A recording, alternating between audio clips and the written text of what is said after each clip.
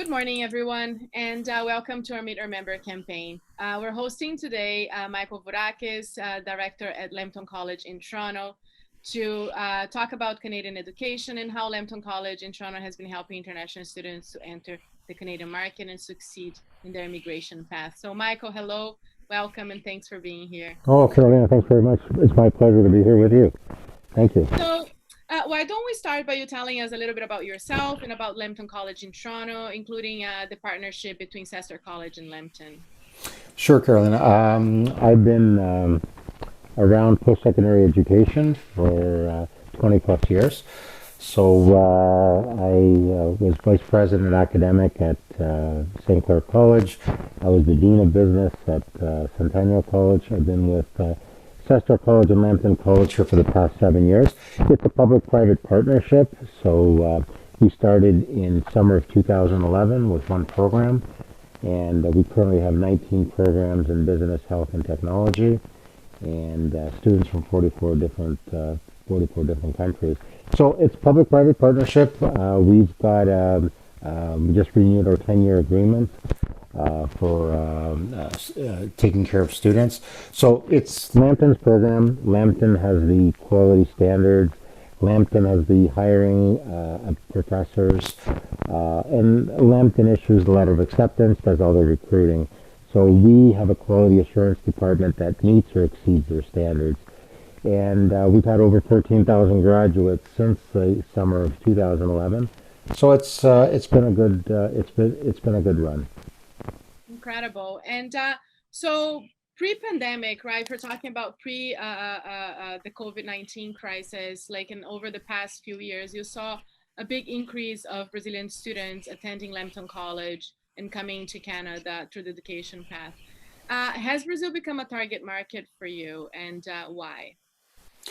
Well, we love Brazilians. They're talented people, and our students. We've graduated close to 300 Brazilians since 2011, and almost all of them have great jobs. They're in demand. They bring a lot of skills to the table here, and it's a market right now. And especially just announced last week, Brazil is one of the countries that's in the Student Direct Stream, or SDS. So it'll make it even easier for students to come to Canada. I know the pandemic and the rise of the currency exchange issues have prevented some students from coming here, but it is a target market for us. It's the Brazilian students are well sought after by employers. We work with over 3,000 employers, and most of our courses, most of our programs have an experiential learning component, which means that students go out and they're eligible to do co-op, and they get that real life Canadian work experience. It helps them get their 3-year postgraduate work permit after they complete the 2-year program, and then what happens is that 1 year into their 3-year postgraduate work permit, they can apply for the permanent residency. So if a student has a great job, it meets the vocational learning outcomes for the program, their chances of getting a permanent residency are a lot greater. So we find that a lot of our Brazilian students get the picture. They're serious. They're here to study. They're here to get acclimatized to the Canadian workplace and employer. And we really love these students, and our employers love these students. No, this is great. I think they have a very defined purpose, right? They're Yeah, here just to see. They're here to. They usually bring their families, and they yeah. really wanted to make it work. So that shows in their education results for sure. Um, so the pandemic has also changed a little bit the way that we teach and the way that we learn. I think that with that, what were the main challenges faced by the students and by the instructors at the college during this time, and how has Lambton College helped them overcome those challenges? Well, that's a great question, Carolina. I mean, we've been off since March 20th of last year, and I'll share a story with you. There are some organizations that said in February of 2020, "Oh my God, if this pandemic becomes serious and you got to do everything online, can you do it?" And people were saying, "No, it can't be done." Well, we did it, and our students did it. And what we did is we were going from an intake of, you know, 1,000, 1,500 students, and we went down to 80 students in the summer of 2020, just so we could perfect our online delivery system. We use Adobe Connect, we use Microsoft Teams, we use, those are the two major platforms. We have professional development days for our staff that we started in October of 2019. We do 2 days every semester. So it was just happened at the right time. We ramped up these days. We had sessions on how our faculty could better interact with our students. We had sessions for the students and how they could use the system. We were dealing with a lot of connection issues and different things like that. But I can tell you, you know, thank God for our staff and our students and our instructors and our administrators. We've all come together. It's a great way of being able to get the knowledge out. And you know, Canada's a funny country, and you could not study online before.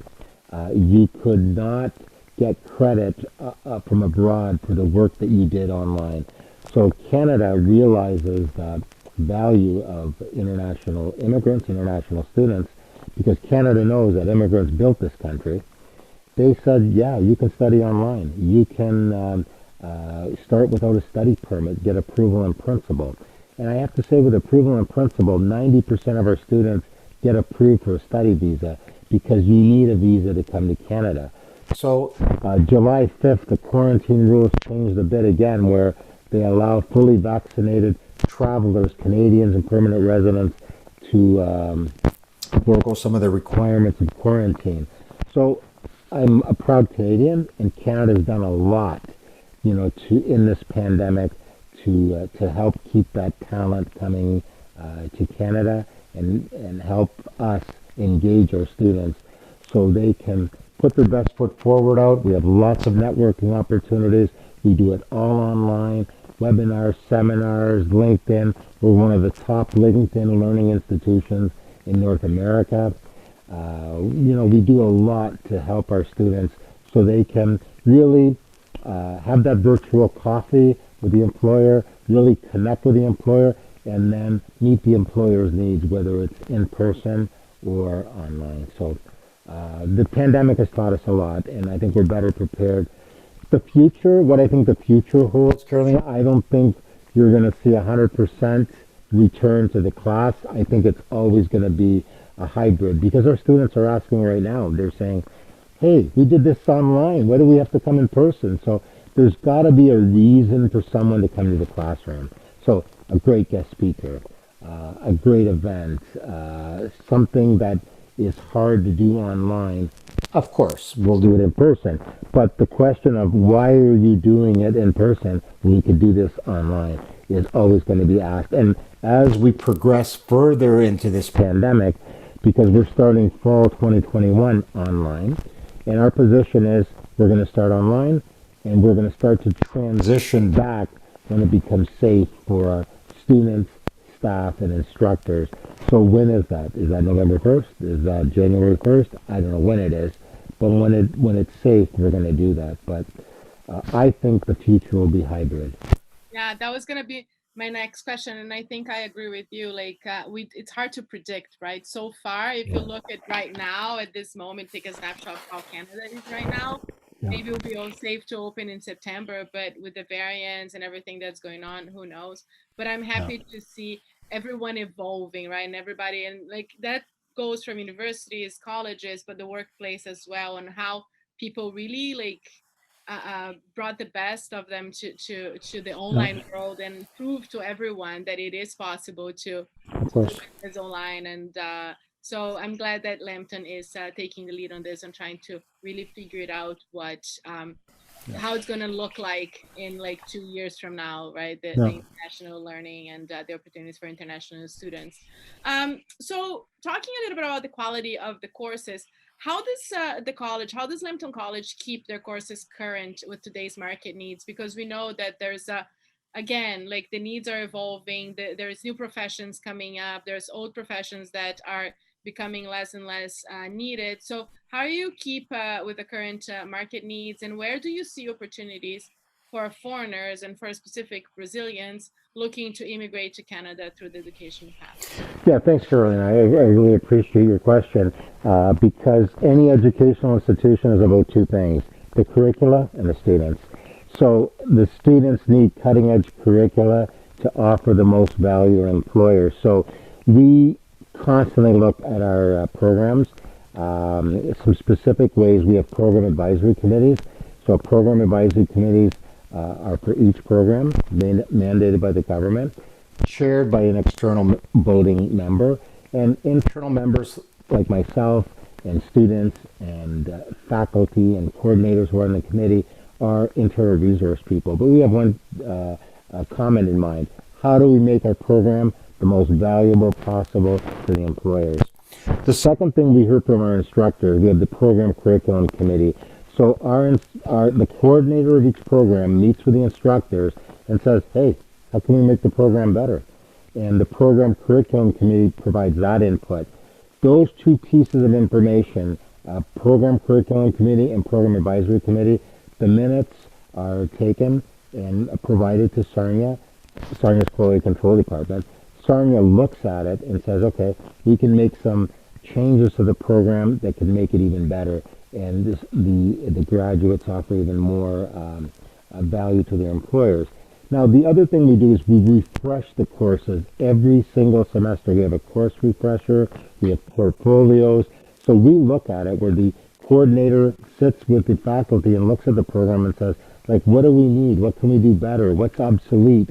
What needs to be, how can we better prepare the students? And I think the fourth area we're looking at right now, and we do it in a lot of our programs, are micro-credentials. So what is industry valuing? So we're looking at that in our supply chain management course, where we're aligning with a lot of CIFA industry certifications, where CIFA says, well, you know what, I recognize your supply chain management course, but I really recognize the CIFA certificate. So the thing is that all of there's micro-credentials that students could carry even more value.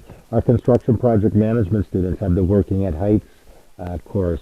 Our AHCT students have the MASK course that's needed in the medical area. So these are nuggets of information that the program advisory committees and our faculty have brought to us. And I think the last thing is that the cutting edge faculty that we have. Universities hire researchers, colleges hire practitioners. No one knows how to teach unless you've been formally trained. So we ask that all our instructors take the teacher training of adult course offered by all colleges, but we use Seneca. And it's a 5-course online program. We pay the full cost of it, but it's a requirement that all of our instructors, who are subject matter experts, can impart that vast knowledge to the students. So we ask that everyone complete that program. So it's a condition of employment if you've been with us for 2 years. So those are some of the ways that we keep current, we keep the quality up. Thank you. This is great. So just before we finish, how many courses are currently available for international students in Toronto at Lambton College? Yeah, thank you very much, Carolina. Right now we have 19 courses in business, health, and technology, and starting in winter of 2022, we'll have 20 courses. We're just working on a food safety quality course we're excited about, cutting edge lab. We're going to start in winter of 2020. So in winter of 2022, we'll have 20 courses. We have 19 right now. This is amazing.